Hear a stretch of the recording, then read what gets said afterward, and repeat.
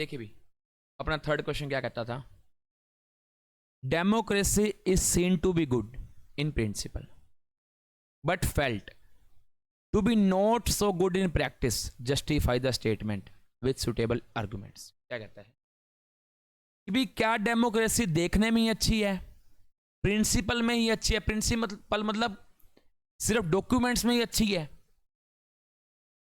क्या प्रैक्टिकली हम देखें डेमोक्रेसी अच्छी नहीं है? इस स्टेटमेंट को हमें क्या करना है, जस्टिफाई करना है। देखो क्या कहते हैं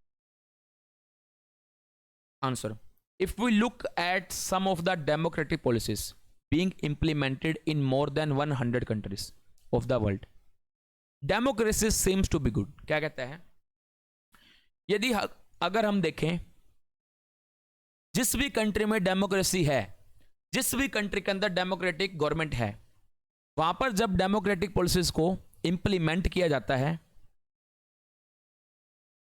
वो डेमोक्रेसी क्या है, क्या दिखाई देती है, अच्छी दिखाई देती है।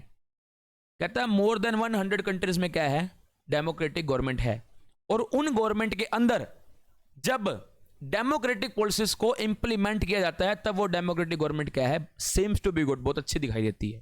For example, having a formal constitution. Sir जहां जहां डेमोक्रेसी होगी वहां पर क्या क्या पॉलिसीज होंगी?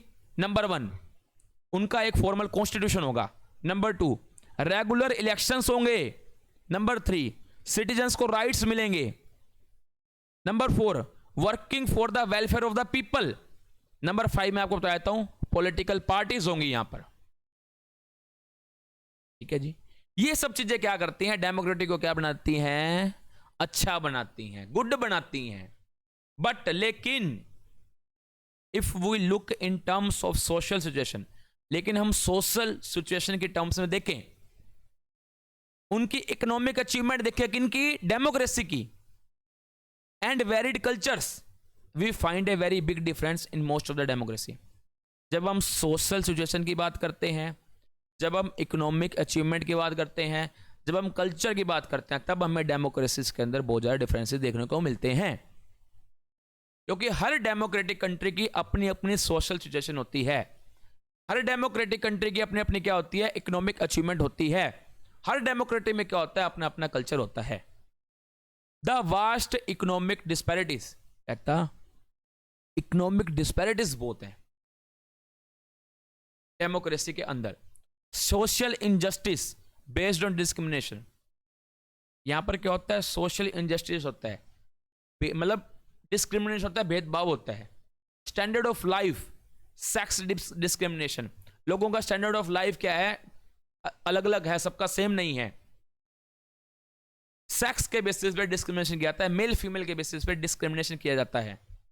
ये सब चीजें क्या करती हैं, डाउट क्रिएट करती हैं about the merits of democracy. क्या क्या कौन कौन चीजें क्या है डाउट क्रिएट करती हैं? सर यहां पर इकोनॉमिक डिस्पैरिटीज बहुत है, अमीर अमीर है, गरीब गरीब है, सोशल इनजस्टिस होता है, स्टैंडर्ड ऑफ लाइफ सबका सेम नहीं है, मेल फीमेल में क्या डिस्क्रिमिनेशन किया जाता है। ये सब चीजें क्या करती हैं, हमारे दिमाग में डाउट क्रिएट करती हैं। Whenever some of our expectation are not met, कहता है जब जब हमारी एक्सपेक्टेशन फुलफिल नहीं होती, we start blaming the idea of democracy. हम किसको ब्लेम करते हैं? मान लो आपके साथ ये काम अच्छा नहीं हुआ, आप कंट्री में रहते हो, आपका ये काम अच्छा नहीं हुआ, तो आप किसको ब्लेम करते हो? डेमोक्रेसी को। आप बोलते हो ना कि भी इंडिया ऐसे तो डेमोक्रेसी चलेगी, इंडिया में डिक्टेटरशिप आ गई।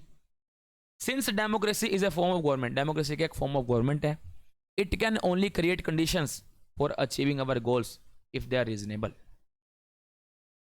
ठीक है जी, ये अपना हो गया थर्ड क्वेश्चन। ये सर इसके पॉजिटिव आउटकम्स भी हैं, इसके नेगेटिव आउटकम्स भी हैं। फोर्थ पॉइंट देखो, फोर्थ क्वेश्चन देखो, sorry, democratic government is legitimate government support the statement. अब लेजिटिमेट गवर्नमेंट क्या होता है, मैंने आपको पहले बताया था, जोन सी गवर्नमेंट इलेक्टेड बाय पीपल होती है वो होती है लेजिटिमेट गवर्नमेंट। कहता है democratic government is legitimate government, it में भी स्लो हो सकता है डेमोक्रेटिक गवर्नमेंट क्या हो, स्लो हो। स्लो कैसे हो सर?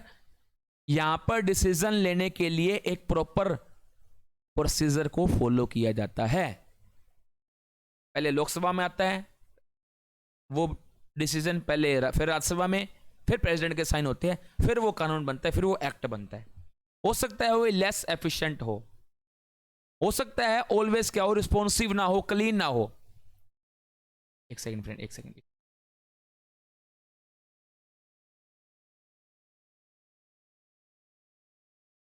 क्या कहते हैं देखो, but a democratic government is people's own government. लेकिन जो डेमोक्रेटिक गवर्नमेंट है वो हमारी गवर्नमेंट है, इसको हमने चूज किया है।